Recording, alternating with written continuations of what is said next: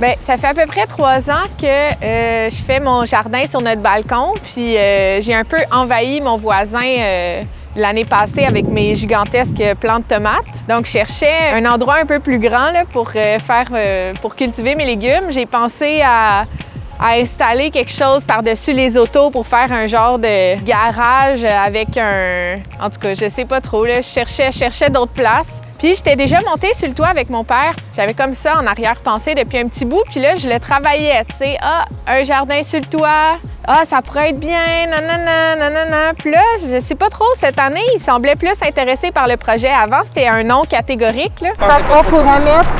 On pourrait mettre 2 bacs par palette. 2 palettes là, 2. Tu sais comment qu'on... Ben, tu peux rentrer 4 bacs sur tes palettes. Ben, en fait, moi, je veux répartir le poids. Le poids. On pourrait faire un jardin de même. On peut faire ça, oui, effectivement. C'est sûr que le toit, c'est super fragile, la membrane, il faut bien protéger ça. Donc, je suis en train de faire des recherches approfondies, puis j'aimerais ça consulter un architecte pour voir ça serait quoi la meilleure façon de protéger le toit. Puis, je contacte la ville aussi pour voir la réglementation au niveau des zones de retrait de la rue, puis des côtés. S'il faut installer des rambardes, on veut construire un trottoir. Il y a déjà une passerelle d'accès qui est faite avec des rampes pour la sécurité. Donc, tout ça, c'est très important. Mais la culture en bac, c'est comme le choix c'est comme ça qui s'offrait à moi, là. C'est ça que je faisais sur mon balcon. Puis, sur le toit, bien, l'aménagement d'un toit vert, c'est quand même une autre paire de manches, là. Tandis que là, bien, les bacs, j'ai fait mes recherches, puis... les bacs à réserve d'eau, bien, c'est quand même pratique. Ça se déplace, c'est transportable. On va les descendre à l'automne, à la fin de l'automne. Comme ça, ça ne sera pas un problème de poids cet hiver avec la neige. Bon, l'idée, ça ressemble à ça. Puis, ces tuyaux-là, c'est des tuyaux de drainage agricole qui sont perforés.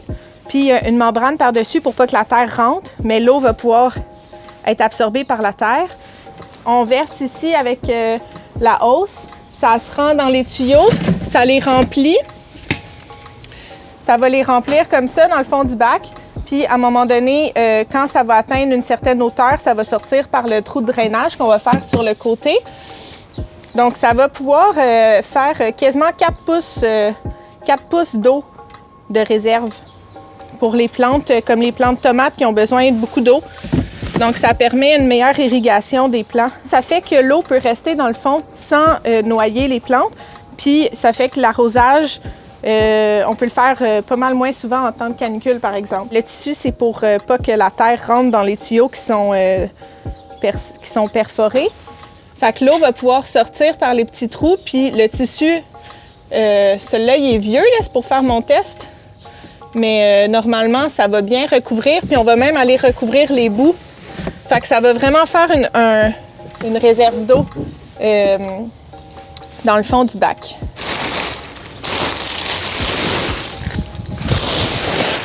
Donc aujourd'hui, on est allé chercher nos tuyaux de drainage agricole à Boucherville. Saint-Hubert. À Saint-Hubert, oui. À Longueuil. À Longueuil. C'est des tuyaux qui sont utilisés dans les champs pour faire le drainage des eaux. C'est un tuyau de 15 mètres qu'on va couper en 2 pieds à peu près pour aller dans nos bacs. Tu sais, la semaine passée, on avait un autre système là, à bras de scie. Mais là, j'avais juste fait un bac puis ça m'avait pris 2 jours, tu sais. Fait que j'ai demandé à mon père si on pouvait pas scier les tuyaux avec ça. Puis il pensait pas que ça allait être possible à cause que les tuyaux font 4 pouces de haut. Mais c'est pas grave, on les finit au cutter. Moi, je commence par boucher le bout de mon tuyau. Comme ça tient la membrane en place. Je m'assure que la membrane du dessous vient bien jusqu'au bord. Ça, c'est important de boucher les bouts du tuyau parce que ça va être dans le fond du bac. Puis on veut pas que la terre rentre dans la réserve d'eau. Fait que là, vous allez voir que ma technique s'est améliorée pas mal depuis la semaine passée. On va tirer sur la membrane à l'autre bout. Donc, il faut qu'elle soit bien en place ici. Moi, je ne savais pas vraiment qu'on pouvait se faire ce que j'appelle des stations de montage, déjà toutes mesurées, full efficaces. C'est mon père qui était plus expérimenté dans les rénaux. Ça, c'est 24 pouces. J'accote mon tuyau là. Donc, je sais que c'est la bonne longueur. Je coupe la membrane pour avoir juste à scier le plastique.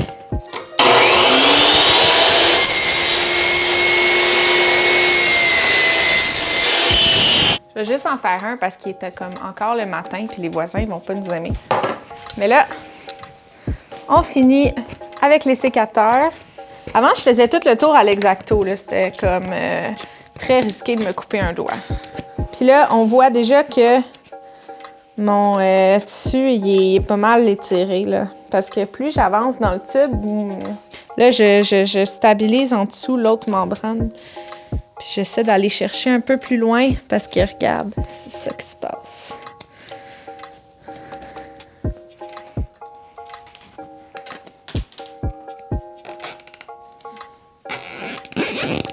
C'est nos tuyaux pour faire la réserve d'eau dans le fond du bac.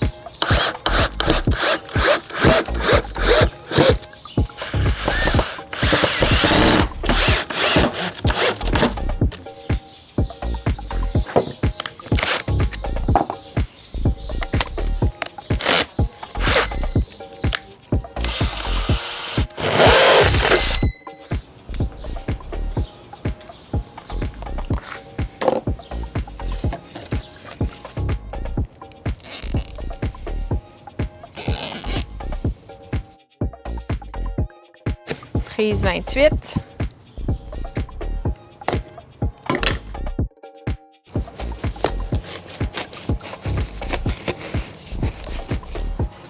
C'est juste ça, parce qu'on veut pas qu'il y ait de la terre qui rentre. Fait qu'avec le tissu sur les côtés du trou, ça va être pas pire, je pense, de même. Ça va aller comme ça. Dans mon bac pour faire la réserve d'eau. Puis on va arroser. Oui. Il reste une affaire à faire. On va percer le trou d'évacuation. Donc, si on remplit notre réserve d'eau, ça fait une réserve d'eau de à peu près 4 pouces dans le fond. Donc, c'est ça. Mon père a fait un gabarit, fait que j'ai juste à m'aligner là. Puis, je sais que je suis à la bonne hauteur. Tadam! Le trou d'évacuation, il est juste au-dessus, juste dans la partie supérieure de ma réserve d'eau. Comme ça, quand ma réserve va être remplie, là, quand elle va être remplie au maximum, ben, l'eau va s'évacuer. Puis aussi, ça évite la noyade s'il y a une averse. Il ne faut pas oublier un petit détail qui est de boucher le trou partiellement d'évacuation, sinon la terre va régurgiter. Fait qu'on met un géotextile puis du tape pour maintenir en place.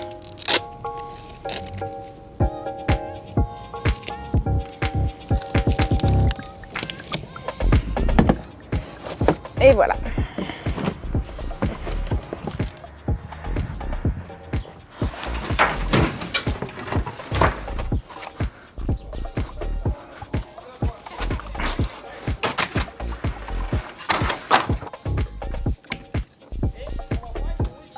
Je vais m'enlever dans dessus juste pour être sûre.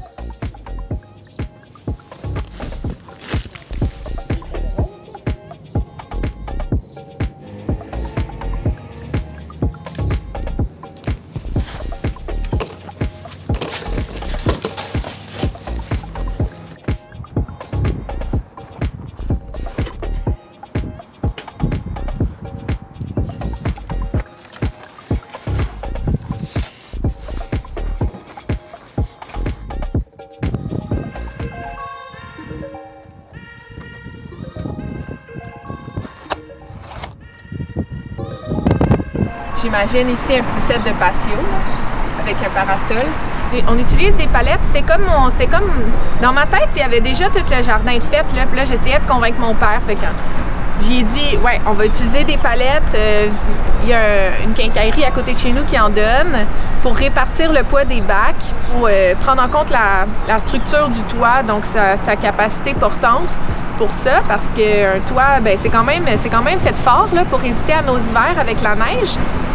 Mais il va falloir débarquer la terre à la fin de l'automne, parce que la neige plus le poids des bacs, ça va être trop, mais je mets les bacs en tant que tels, ben ça va être correct pour cet été, t'sais. Donc là, on a mis les palettes à niveau. En fait, c'est tout mon père qui a travaillé là-dessus pendant que je faisais mes livraisons de denrées alimentaires. Il a tout mis des styrofoams comme ça. Fait qu'on a tout mis les palettes, ça c'est bien important, que les palettes soient à niveau, parce que, ben, pour le répartir, que le poids soit bien réparti, mais aussi parce qu'avec nos bacs à réserve d'eau, si le bac il est croche de même, puis que l'eau est toute accumulée du même côté, la réserve d'eau va pas bien fonctionner, puis il y aura juste un côté du bac qui va être hydraté. Fait. Je savais que mes bacs font 100 litres chaque. On a 16 bacs, ça fait 1600 litres, mais j'ai 4 pouces de tuyaux dans le fond, sur une hauteur de 16 pouces. Donc 16 pouces moins 4 pouces, on coupe du quart la hauteur des bacs. Donc on se ramasse avec 1600 litres moins le quart, ça fait 1200 litres à remplir en terre. Donc, au lieu d'aller chercher des petits sacs de terre au Canadian Tire, on s'est arrangé pour avoir la terre en vrac. On a du fumier de mouton puis de vache, de la tourbe de sphaigne ou de la mousse de sphaigne, puis de la perlite pour que nos bacs soient bien drainés.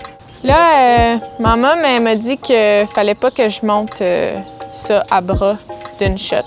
Fait que je pense qu'on est mieux de prendre des chaudières puis monter comme 3 chaudières de terre plus le bac vide, parce que sinon, je vais me casser le dos.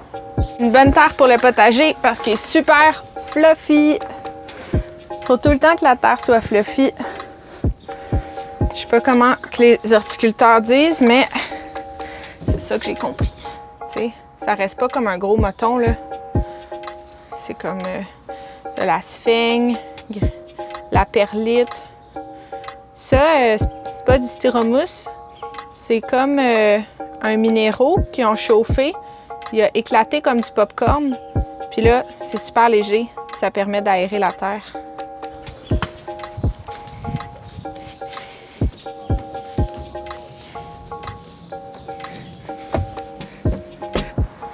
Donc, on va monter la terre sur le toit. On a dit que 2 mains occupées dans l'échelle, c'était pas l'idéal. Fait que je vais y aller avec une à la fois. Là, des fois, on veut en prendre plus que pas assez, là, mais c'est pas le temps de faire des folies.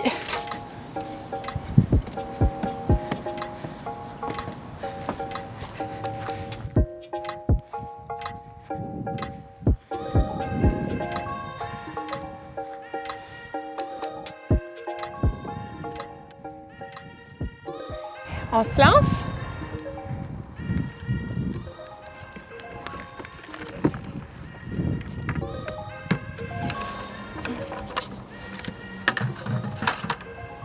Là, mon père a monté la ligne d'eau, donc on peut tester notre système et vraiment voir ce qui se passe dans le fond parce qu'on n'a pas encore totalement rempli nos bacs. On a juste appliqué la couche de fond qui est comme une recette magique. Donc, on va tester notre bac. Puis là, dans le fond, quand il va avoir assez d'eau, si notre système fonctionne bien, ça devrait sortir par le trou de drainage. Fait qu'il va nous le dire quand il va en avoir assez.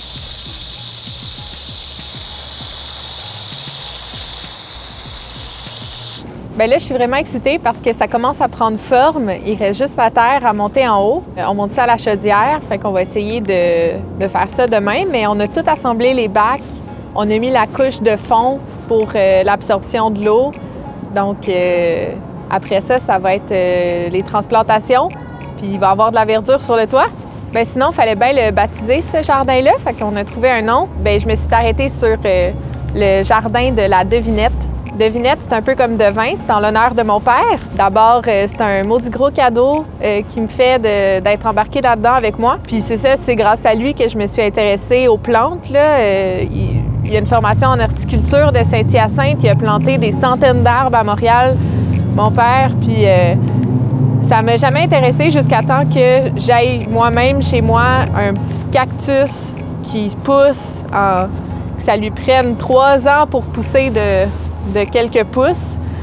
Puis c'est là que j'ai réalisé à quel point la vie qu'il y avait autour de nous puis la grandeur des arbres, c'était impressionnant. Puis c'est ça. Puis après ça, j'ai décidé de me partir des jardins. Le nom Devinette, c'est pour moi aussi comme les expérimentations dans mon jardin à chaque année. On ne sait jamais comment ça va sortir.